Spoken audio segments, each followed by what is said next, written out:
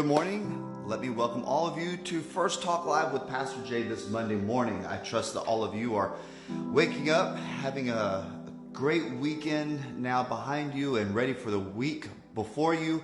I want to welcome all of you who are tuning in, and those of you who will be tuning in, and also just say thank you for taking the time to spend with me each Monday and Wednesday morning at 6 a.m. for our First Talk Live. Your support is so generous and it's so appreciated. I want to this morning, I was supposed to have a guest with me, but unfortunately, due to some different circumstances, he couldn't be here this morning, and so it's me this morning. But I want to kind of stick to the topic that we were going to bring to you with his testimony, and that is God's redemptive story. I can't help but feel right now that there are some of you who are watching who will be tuning in that this message is really meant for. A tailored word for your life, for your heart, where you are currently, and the things that are happening and evolving in your life. And I think maybe the way we should start this morning is ask the question: is there anything that I have done in my past that is too big for God to work me through?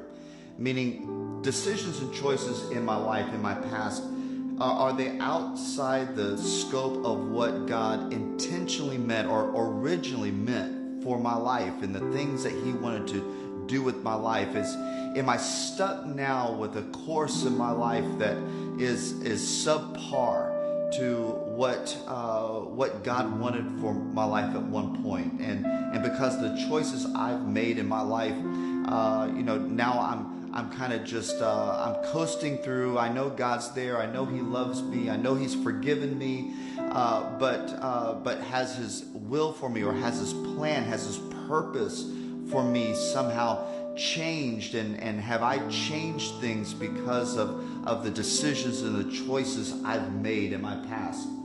I want to just answer that question up front for you, that absolutely not. There's nothing that you have done in your past that has altered God's purpose and plan for your life. And even though there may be setbacks as you and I would interpret them, in our experience, we may interpret them as setbacks. We may interpret certain decisions that we've made, or even the consequences of those decisions that tend to linger. You know how sometimes you make a decision in your life, a poor choice in your life, and many years later the consequences are lingering in your experience, and the consequences keep popping up as some kind of blockage, or some kind of hindrance or opposition to your forward movement. And it's like, well, maybe God's just changed His mind about the course or the plan, the purpose He had. Maybe this no longer is for me, and then we just quit.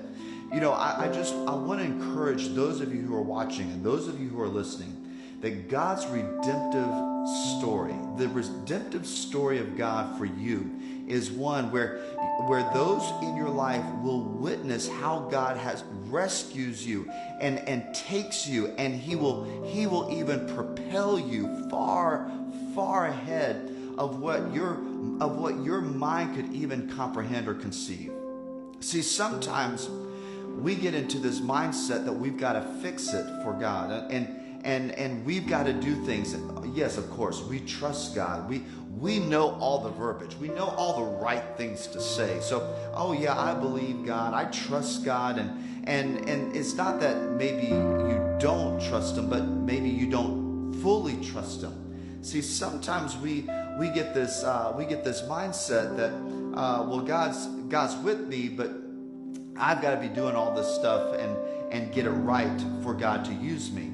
God just wants you to trust Him. Sometimes there's nothing you can do. And that's the problem. because everything that you're doing, you're finding that there's a roadblock in what you're trying to do. And maybe it's because what God's trying to get you to understand, and the journey and the experience of your relationship with Him, is that He just wants you to sit back and trust Him. He wants you to not get frustrated because all your efforts come out as dead ends. And when our efforts are coming out as dead ends, what do? Do you just give up? Do you just quit? Do you just throw up your hands in the air and say, okay, well, this isn't for me, and we just stop? Or do you go to the Father? Do you go in humility and say, you know what? I'm going to trust you. I'm going to trust not only that you will, but I'm going to trust that your timing for me is perfect. And that's, again, these are some of the crossroads we find ourselves in life, in this journey, in this experience, in this walk, this relationship with God, as it pertains to the events and the affairs of our life, the experience of our life every day. We come to these crossroads where we have, this is our idea, this is our plan, this is when it should happen in our estimation and our interpretation, and this is how it should happen in our estimation and our interpretation. But God's like, all of that is how you see it if you do it. We'll say that again. All of that is how you see it if you do it. But I need you to stop. I need you to trust me and watch me do it, how I do it, and when I do it. Because it will speak to who I am, not who you are. And again, this is the redemptive story of God, how He can take us and in the eyes of everybody, it will look like it's impossible. And again, I want to encourage you with this, because what God does is He will set it up. He will set your life up to make it look like it is the most impossible. Why? Because He specializes in the impossible. He likes to show Himself off this way.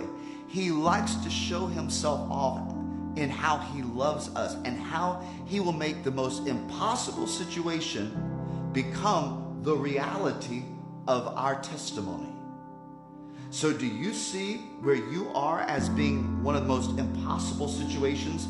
Like every attempt, every effort on your part comes to a dead end, is finding a roadblock, is finding some way, or it's coming to some point where it's like, this is just not going to work, it's not going to happen. Well, it's because you are doing everything in your effort, and God wants you to come to the point where you just trust Him, that you return to Him. You say, you know what, Father, this life, my life right here, is your life.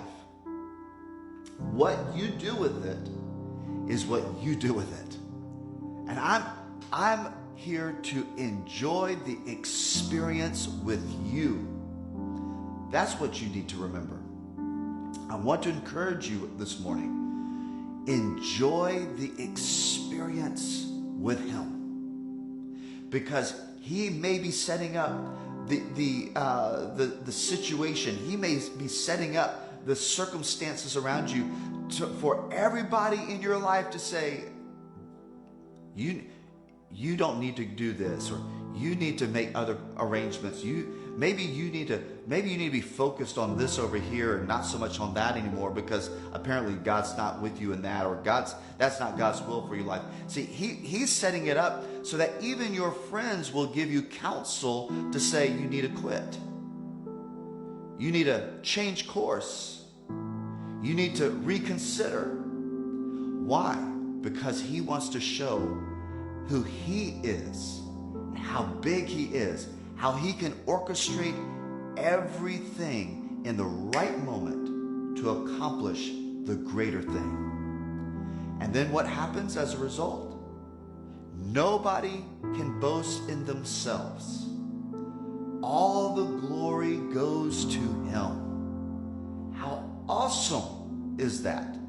And how awesome is it that our lives become the living evidence, the testimony, the story that everybody else gets to see and everybody else gets to observe, and they get to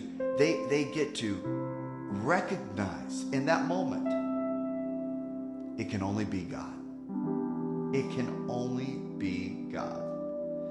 So this is my First Talk Live message for you this morning, really to encourage those of you who have tuned in, those of you who are watching or will be watching, that this is not a moment to say, well, this is just not God's will. This is not God's plan. His redemptive story, he will take the life that everybody has written off because of things that have been done, choices that have been made, and say, no, you know what? I'm going to show the world who I am through you. There's nothing you have done, nothing you can do to alter what my purpose, my good will, my good purpose, my good plan is for your life. It may seem impossible. Your efforts may be finding themselves with dead ends, but that's because that is your attempt to accomplish what I have. Now I need you to sit back and I need you to let me accomplish what I have. This again is Pastor J Live, this First Talk with you this Monday morning. I want to thank all of you for tuning in. I want to thank all of you for taking the time to also share this message with those who you know on your social media. I trust and pray that it also serves to encourage those who are your friends and your family. So please take the time, if you will, to just share this message. And if you would like to support Pastor J Ministries, there's ways to do that. Your support is needed and it's appreciated.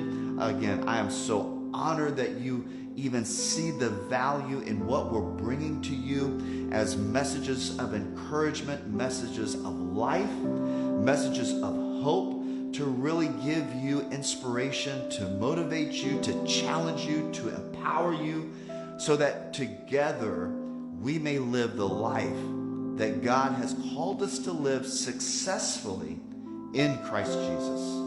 I love all of you. You have a blessed week. I look forward to seeing you Wednesday morning, 6 a.m. with our First Talk Live right here at One Shot Studios, or One Shot Creation Studios. I love y'all, and I will see you soon.